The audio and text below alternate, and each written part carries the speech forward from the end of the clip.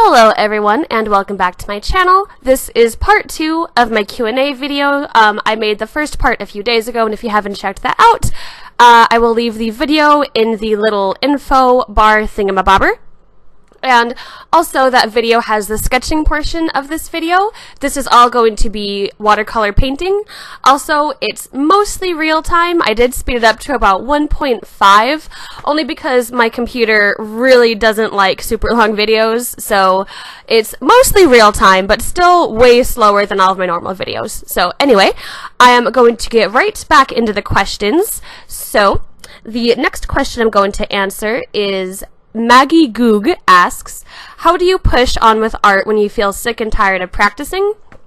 And this is kind of a loaded question, so I'm glad we're starting with this one. I often struggle with art block, or whatever you want to call the sensation of not being able to produce art. And a lot of mine stems from feeling, I guess, not quite unmotivated, but just tired. And I guess maybe it has something to do with me being sick often, but I feel like I'm just too exhausted to produce anything. So when I'm feeling like that, I just try to remind myself, first of all, that I love art and I love creating. And second of all, I try to remind myself why I am trying so hard to be good at what I do.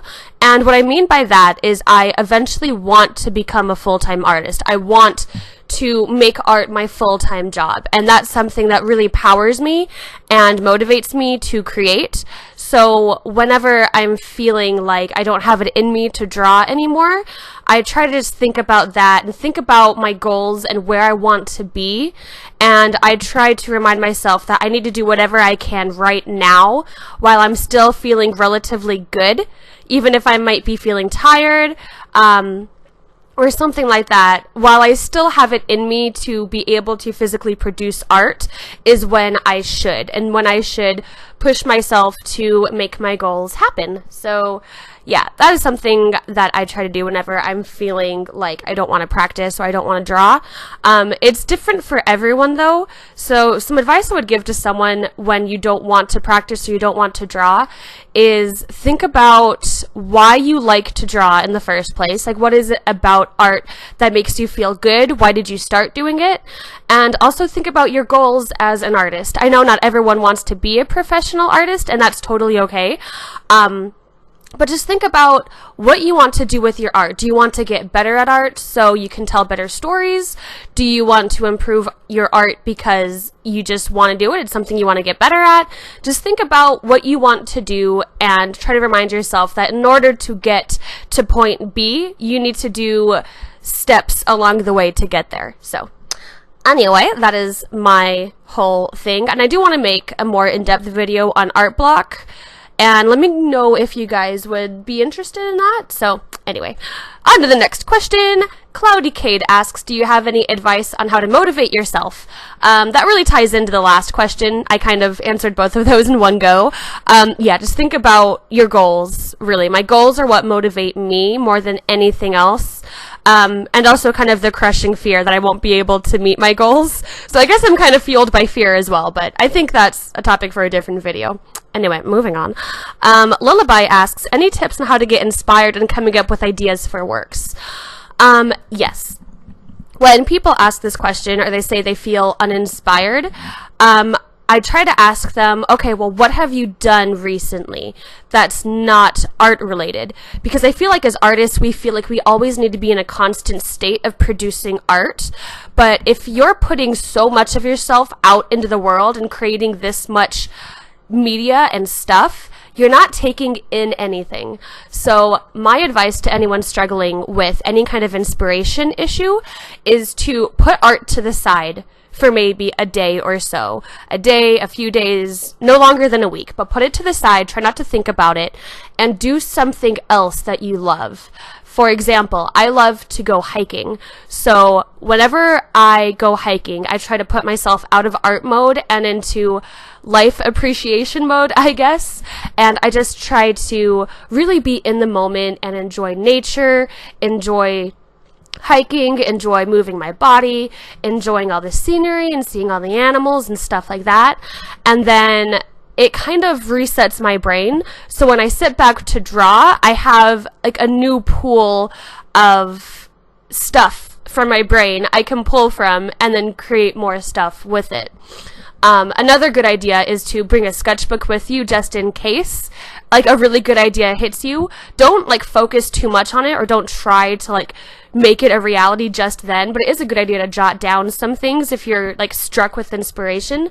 And I carry a little book with me all the time just in case that happens, because sometimes inspiration will hit like on the weirdest places, like in the bathroom of your job or on the subway or something like that. So yeah, my advice would be to remove yourself from art, do something else you love, do something new, because new experience are always a good thing to do, and carry a journal with you for any time inspiration might strike. Also Pinterest. Pinterest is a really good resource for if you want to draw. Like if you sit down, for example, if I sit down and I want to draw something, but I don't know what, but I just like really want to draw something cool or just sketch, I just go to any Pinterest board I have and look at cool pictures, and I always feel inspired to do something. But that's more of like a short term, like a band-aid on the inspiration problem. Okay. So Miley XO asks, why do you continue art? This is a good question. I do art because, for one, I love it. It's something I feel that I'm good at, and I think as humans we tend to gravitate We tend to gravitate towards stuff that we think we're good at. And I do think that I'm good at art, which I feel is also kind of weird to say, but I'm proud of the work that I've put into my art, and I feel like it's paid off, and it makes me feel good about myself. Also, there are things I can do with art that I feel I can't do regularly. I know I talked about this in my last video, but I often feel like I can express the things I want to say through art in a way I can't with words. And that's something that really draws me to art and what keeps me creating, because, you know, sometimes there are just things going on in your brain that you can't really... I don't know. I feel like I cannot deal with certain things in my brain if I don't put them out into paper. It's a very therapeutic process for me. So yeah, that's a huge reason why I continue art. Also, it's something that I feel I can make a viable career out of. It's something I want to do. I want to be consumed by creating. I want my life to be a creative life. So I want to put everything I have into making that a reality and making art and creation something I can do for a living. So yeah, that is why I continue. Also, something that I haven't really touched on, but I do want to address in maybe a whole video, is there will come a time when, because of my health, I will not be able to work a traditional 9-to-5 job, and that's just how it's going to happen. I want to have something to fall back on, something I can do from home, so that I can still create income and I don't have to rely on other people taking care of me. That is a huge fear of mine, is not being independent. So I'm doing everything I can now to ensure that I can be independent in the future. So yeah, that though is a little bit deeper than I want to get in this video, and I do want to address it in maybe a entire video, but I'm not sure. That kind of puts me in a more vulnerable place than I'm used to being on YouTube, so we will see about that. Anyway, moving on. Kennedy Allo says, what's your favorite cheap underdog art supplies? Excuse me. This one's kind of hard because I feel like a lot of the art supplies I use are relatively cheap. I guess my favorite one would be the pencil that I use for all of my drawings. And I get this question at least once a day. What kind of pencil do you use? I seriously use a generic pencil that has no name. It's not a brand pencil. It is just a red colored pencil. And I use it for all of my sketching, all of my sketchbook sketches. I used it in my how to draw faces tutorial video. I love just sketching with a regular red pencil.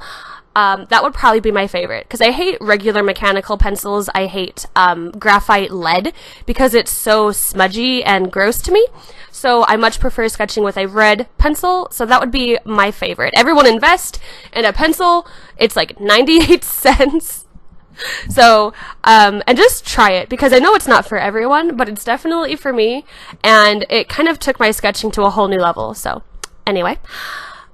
Yin Yang Sarah, hey girl. Yin Yang Sarah, who's a good friend of mine, asks, who is your current celebrity crush? Okay, I have a female celebrity crush and a male celebrity crush. My male celebrity crush at the current moment is Chris Pratt, because he's everything. I love him in Parks and Recreation. I loved him in Guardians of the Galaxy, Jurassic Park. He's just like, I'm a little bit obsessed with Chris Pratt at the moment. And my female celebrity crush is Natalie Dormer, because she's literally like on another level. Like, I know it's really bad to put celebrities on a pedestal, but she's so pretty and so cute. And it's just like, I can't not be in love with her. Anyway. Also, Mikey from Glam and Gore here on YouTube. Yeah, anyway. She's awesome, and I think I have a crush on her as well. Anyway, Jay Capri asks, what are your current art goals you wish to achieve? My current art goals, I did do an art goals video a few days ago, but my art goals are to, 1, improve my body anatomy because it's a little atrocious, 2, work on drawing the male face and male body and start incorporating them into my illustrations, and 3, work on environments. Those are my current art goals that I'm going to really focus on in 2017, and yeah. Those are really my weakest points and something I really, really, really want to get better at. Liz, aka Patty Kicks, who's another good friend, hello, asks, when did you start drawing and what is your ultimate art goal? So I answered not quite, ultimate art goal. I guess my ultimate art goal would be able to do art full time. Like, to be able to support myself and pay my bills with doing freelance work and YouTube and Patreon. That is my ultimate art goal. And even then, I feel like I won't be satisfied when I reach that. I'll still want to be doing bigger and better things. But as of right now, my long-term goal is to be able to do that full-time. And back to your first question, when did you start drawing? I feel like I answered this in my last Q&A video, but I will answer it again real quick. I started drawing when I was a little itty-bitty child. I kept drawing for forever and kept it as a hobby. And then when I was 13, I decided that I wanted to really focus on it. And that's when I started taking art more seriously. And for a frame of reference, I am 21 years old now. And the imaginative artist, another good friend of mine, hello, she asks, what was your favorite art moment? This is really hard, and I actually kind of had to think really deep about this one. But my favorite art moment or memory, okay, this one requires quite a bit of backstory, so hear me out, guys.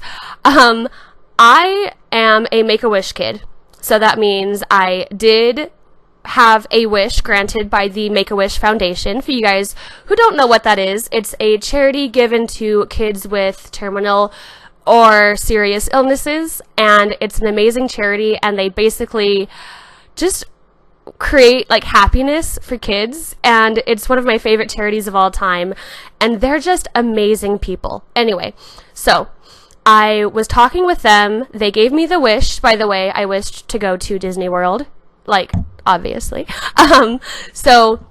But when I was talking with them, I really connected with one of the wish granters, and I was just telling her how much I loved art. At the time, I wanted to work for Disney. That's why I wanted to go to Disney World. She hooked it up so I got to have like my own little personal tour of the little animation studios theme park, and I got to talk to the cartoonists, and it was really amazing. But she knew how much I loved art. So she also knew an author who was creating a book at the time, and she wanted to work something out with me. Also, for frame of reference, I think I was 14 or 15 at the time, so I was really young. So she knew this author who was working on a book about teaching and teaching children and teaching disadvantaged children, sick children, all kinds of stuff. And she wanted a kid's art in the book. So this Make-A-Wish person knew me, and she knew about my art and how I made art, and she connected me with this author who actually published my works in her book.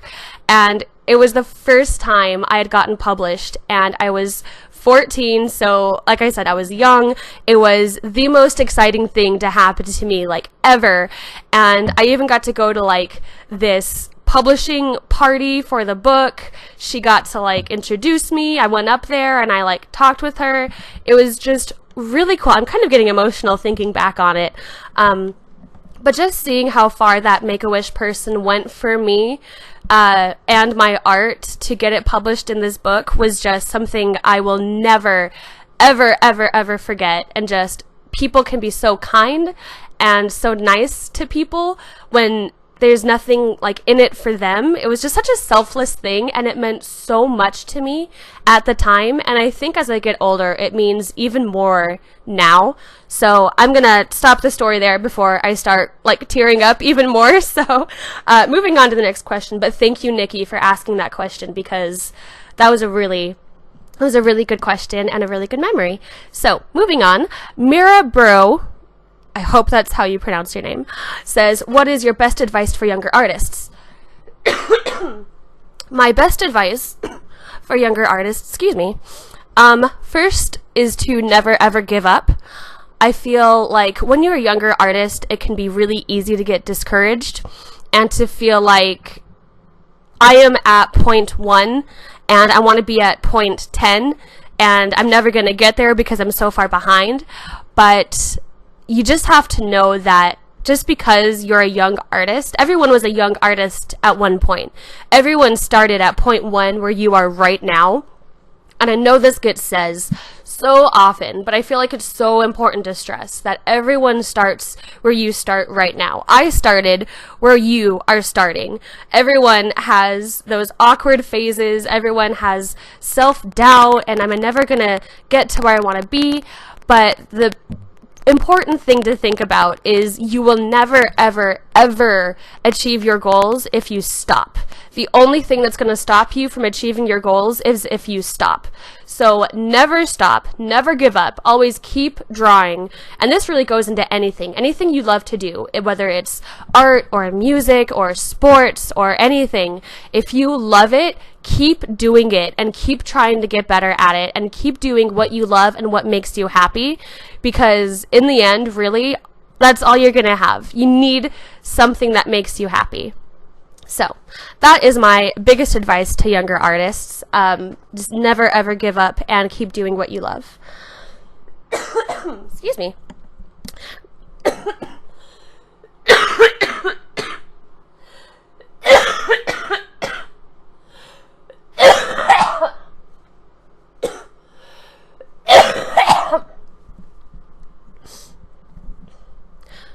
Okay, next question is from Jessie Lynn, who's another friend. I feel like all of these guys are now my friends, so thank you everyone for submitting questions. I love you guys. And she asked quite a few. She says, mermaids or fairies? Fairies for sure, because I am a fairy, so, I mean, mermaids are cool and all, but, I mean, you can't be fairies. Unicorn or Pegasus? If I could, I would choose like a unicorn Pegasus hybrid because those are super cool. But if I had to choose one, I would probably choose a unicorn. Plane or boat? Definitely planes. I love flying. I know I talked about this in one of my vlogs, but I love flying.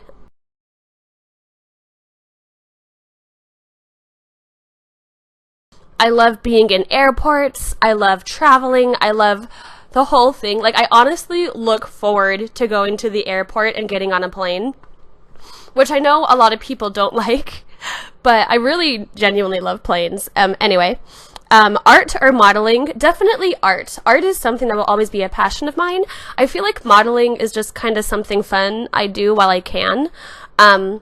Like, modeling is never something I feel I could do, like long term or like career wise, but it's definitely fun for now. So I'm gonna keep doing it because it's fun, but yeah, it's mostly just a hobby. And then hot or cold. I hate being hot, which I know sounds funny because I live in the desert. But I honestly, genuinely despise being hot. I hate being sweaty. I hate being in the sun, which is one of the biggest reasons why I'm trying to move to a place where it actually like snows. I'm much happier when it's cooler, even if it's cold. I have experienced cold weather before you guys jump on me and say, you don't know what the cold is like. I do not live in the cold. No. But also, you guys don't live in the sweltering heat where it literally feels like you're walking into an oven every time you go outside. So, hate the hot, love the cold, I want to leave. Okay. Jake Barrios asks, I want to do a collab. What do you usually do? And I think that's like in terms of how do you set up a collab and stuff like that. If you want to collab with someone, first keep in mind that not everyone is going to have the same availability as you. I often feel bad because I want to do so many collabs, but sometimes it's just not feasible because I have so much other things going on. So first first also you kind of need to have a relationship with whoever you want to do a collab with. And this is just me personally. You can try to ask people you don't know and they may say yes. But for me personally, I don't really like to collab with people that I don't already know. Just because there are so many people I do want to collab with that I do know, I feel like I need to collab with them first. So at first, my first suggestion would be to establish a relationship with them, and not just on the basis of you want to collab with them either. Like, you try to like actually be friends with them because you like them like as a person. Don't try to be like super fishy. Not that I'm saying you would, but just like in general. Don't try to be like befriending them only because you want to collab with them or because you want them to do something for you. So once you have a relationship with them, just like message them and be like, hey, I don't know if you're available, but I would really love to do a collab with you because I love your art and you're a good person. And yeah, so if you have any free time, that'd be super cool. If not, I understand. And then they may say, yes, yeah, cool, let's do it. They may say, no, I'm too busy. And if they say no, they're too busy, just leave it at that. Be like, okay, cool. Because honestly, nothing feels worse than like you saying no and then people being like all upset with you. I really hate that. So just be respectful and do try to create a relationship with them first. Okay, Emily6 asks, how do you set up for working on a watercolor painting, especially a quick or casual setup? It depends on what I'm trying to do. If I'm going for a quick and casual setup, I usually just do it in my sketchbook because I don't worry about like taping paper down or anything like that. So if it's quick, I will just bring out my sketchbook and my paints, make sure I have enough water, and just go to town. But if I'm doing a full illustration or something I'd like record for YouTube, it's kind of a long process because first I have to set up my camera and my tripod, make sure that the painting is in frame.